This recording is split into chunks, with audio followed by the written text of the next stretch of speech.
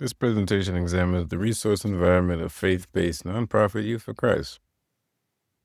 Using YFC as a case example, I'll explore how money flows into the organization, how resources are allocated, and why shifts in philanthropy and governance structures pose significant long-term challenges. And then I'll conclude by arguing that transformative leadership is essential for YFC sustainability in changing funding and regulatory landscape.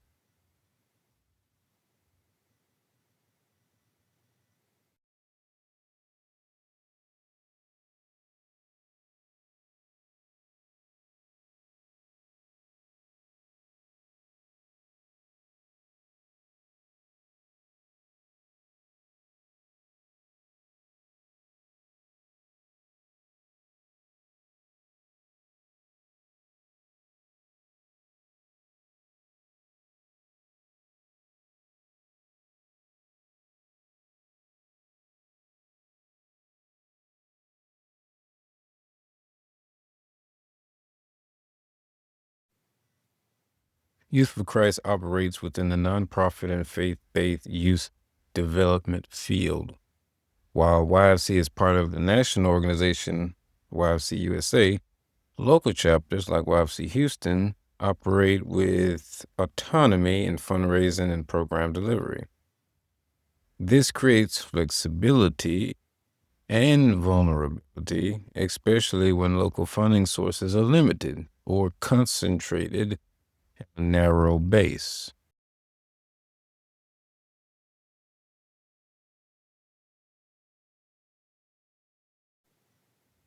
According to the Stanford Social Innovation Review, Youth for Christ fits the local nationalizer funding model. In this structure, the national organization provides branding, mission clarity, and program framework, but local chapters are responsible for generating their own revenue and their own general framework.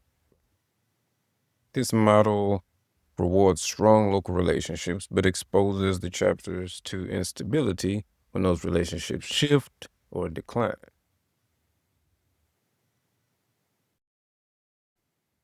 YFC's funding is largely relational. Most donations come from individuals personally connected to leadership, supplemented by foundation grants and some church giving. But these funds are often restricted, meaning either they must be used for specific programs or outcomes, or they're only given for a limited time towards specific programs or outcomes. Administrative and infrastructure costs are harder to fund, even though they are essential for expanding the ministry into more schools and more detention facilities.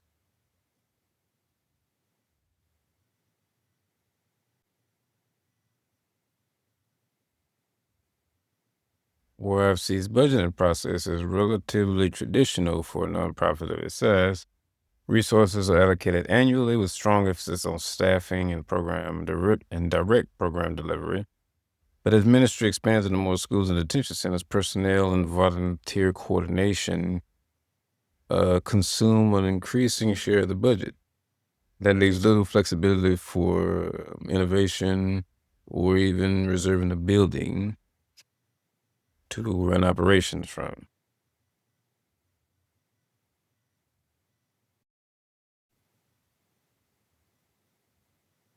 Langley describes a looming funding crisis tied to the great wealth transfer. The generation that currently holds the majority of the philanthropic assets, those from the 70s, the 60s, the 80s, those people are aging, and their wealth will soon transfer to their children or to trust, and then they might not share the same charitable priorities. So while nonprofits may see short-term gains through all these estate gifts and long-term donor participation, that long-term donor participation starts to decline and forces organizations like YFC to kind of rethink their funding model now rather than later. Essentially, if all these people who have all these businesses, all these old people and business owners have all these businesses, what happens when they pass away, when they retire and they give up their main source of income and now they're retired or, like I say, passed away, what happens? Or their children or their heirs or their portfolio managers going to still continue to give to organizations like YFC, or the priority is going to be the same? And the answer is probably not. In some cases, maybe, but more than likely not. So as long-term donors pass away, nonprofits, they face a narrowing donor base. And then, if these children or these trustees, they start to redirect funds elsewhere or stop spending because it's just not feasible to continue to give to a charitable organization when nothing is coming in, they might just stop spending altogether to preserve their own wealth. Organizations like YFC experience certain funding gaps, and then without proactive diversification, YFC risks over-reliance on a shrinking circle of donors, meaning they have to ask their donors for more and more and more. And as there's going to be also, a natural shrink in donor base at certain times and then increase at other times, you just begin to ask this small circle of donors, hey, give more, give more, give more, and nothing's changing. And so that increases the financial weakness, fragility. Even if right now we're doing good, we're not in the red, we don't have any debt, we're using the building of someone who was one of our donors. So when we meet and have staff meetings and office meetings, we don't even have to pay anything, light, water, gas, rent, nothing, because one of our donors supplies the building that we meet in. He's a real estate, he owns a lot of real estate, and he owns a big commercial building, a lot of offices. So he lets us meet in his office, his main office upstairs. What happens if that man passes away and then the family, the wife comes in and says, hey, you know what? Can't do that anymore. Or whatever it is, he sells the building and then decides, you know what, I'm retired, I'm done, I'm gonna sell this building. YFC is stuck now having to find somewhere to call their place home. And then what happens if that person who is also funding us also stops giving to our organization? Then what happens? But now you have a lack in funding and a lack of location, and it just continues to spiral as the years go by, as these donors, as the donor pool gets small.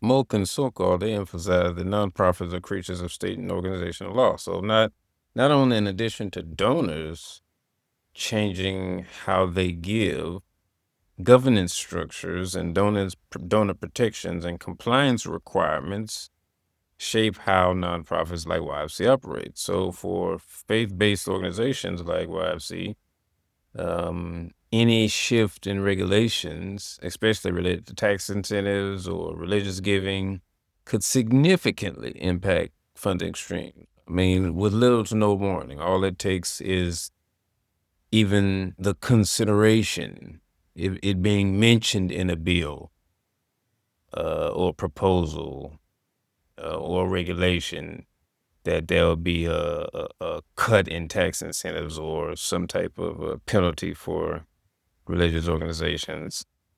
Donors will pull their money.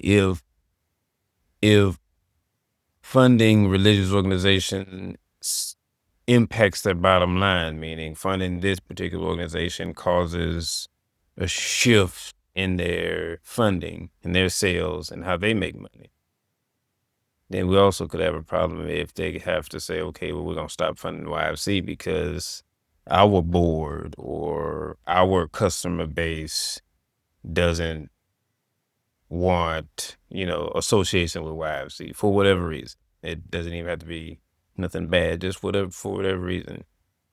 And with, much tension and geopolitical division all over the world and religious strife and racial tensions, you never know. Organizations could feel like, hey, I don't want to take the risk. I love what you're doing, but I don't want to take the risk and my business go under because I'm support a religious organization, you know. So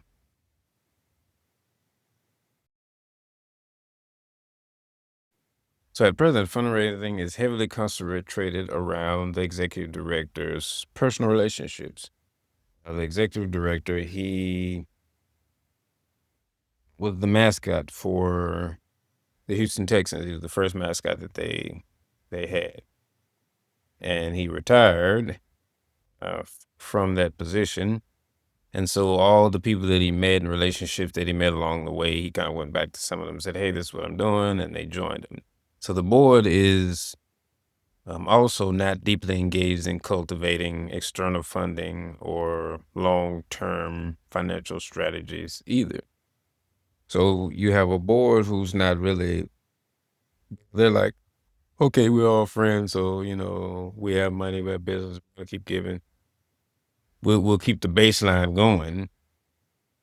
And then you have this personal relationships with the executive director. Well, what happens if the executive director gets sick, dies, retires, decides to change careers, gets a better job somewhere else? Anything, any number of things could happen. Those donors are not going to continue to give. I guarantee that. Especially when they spend so much time with them, they're not at the same rate. They might continue to, trickle in funds, but they're going to find some other organization to give. And then they're going to leave the board. So the board dynamic is going to change, and it's going to be left up to whoever the new executive director is that comes in to bring in new funding, bring in those relationships. And that's the danger in personal relationship financing and funding like this, is once that person leaves, they have all the knowledge and information and relationships. Once they leave, they take all that with them. And even if they were to leave their whole contact list, nobody's going to pick up the phone because they're not talking to the same person. YFC's fiscal health is stable, but it is increasingly outdated. The organization remains operational because of the presence of strong personal donor relationships, but not because of diversified or resilient funding. Stability today masks the risk for tomorrow, especially as nonprofit, philanthropic norms and laws and donor expectations as they continue to evolve, and as other organizations continue to evolve. Um, yeah, we may be good now, even if we invested money, 401ks, even if we had a rainy day fund for just in case funding went down for a year, even if we had a year's worth of extra funding, that would not signify long-term fiscal health. So in the long term, I think YFC is subject to any number of risks that could cause them to go under. But in the present, all is well.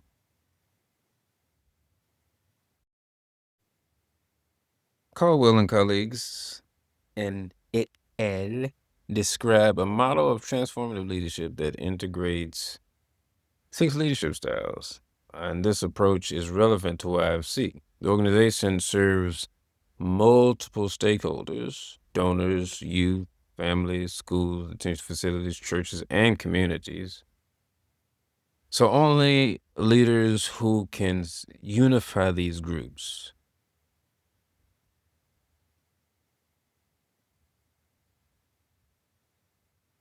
will be able to get out of that. Um, they have to unify these groups around a shared mission and sustain trust and resources over time. And so those 6 leadership styles are governmental leadership, servant leadership, principle-centered leadership, top 5, level 5 leadership, charismatic leadership, and transformational leadership. And in order to juggle all these different responsibilities, the leader has to put on different hats build certain relationships at certain times. In order to diversify, you're definitely going to have to use a lot of principle centered, top level 5 charismatic leadership in order to bring in funding that is not personally related to him and that will continue to fund YFC even after he's gone because they believe in the mission and not just the person. So that's kind of the danger of charismatic leadership is when people get so used to a person, a charismatic person, when that charismatic person leaves, they often leave as well. But if you have a charismatic leader who can bring someone in, but also focus solely on the mission of YFC, which is to build disciples, young disciples, or followers of Christ, that would be more stable than what we have. What we have now is not funding and donors based on the mission. It's mostly based on the person in the mission. I like you. Oh, I like what you're doing. Tell me to give. But then if that person leaves, it's like, oh, I like what you're doing, but I gave for a long time with the other guy. I'm gonna divert my funds to something else and give somebody else a try. And that's kind of what will happen. In conclusion, YFC's resource environment reflects both strength and vulnerability. While mission clarity and community impact remain strong, funding and governance structures must evolve to meet future goals. Transformative leadership, grounded in service, principle, and courage, is essential to align people, resources, and the mission for the next generation.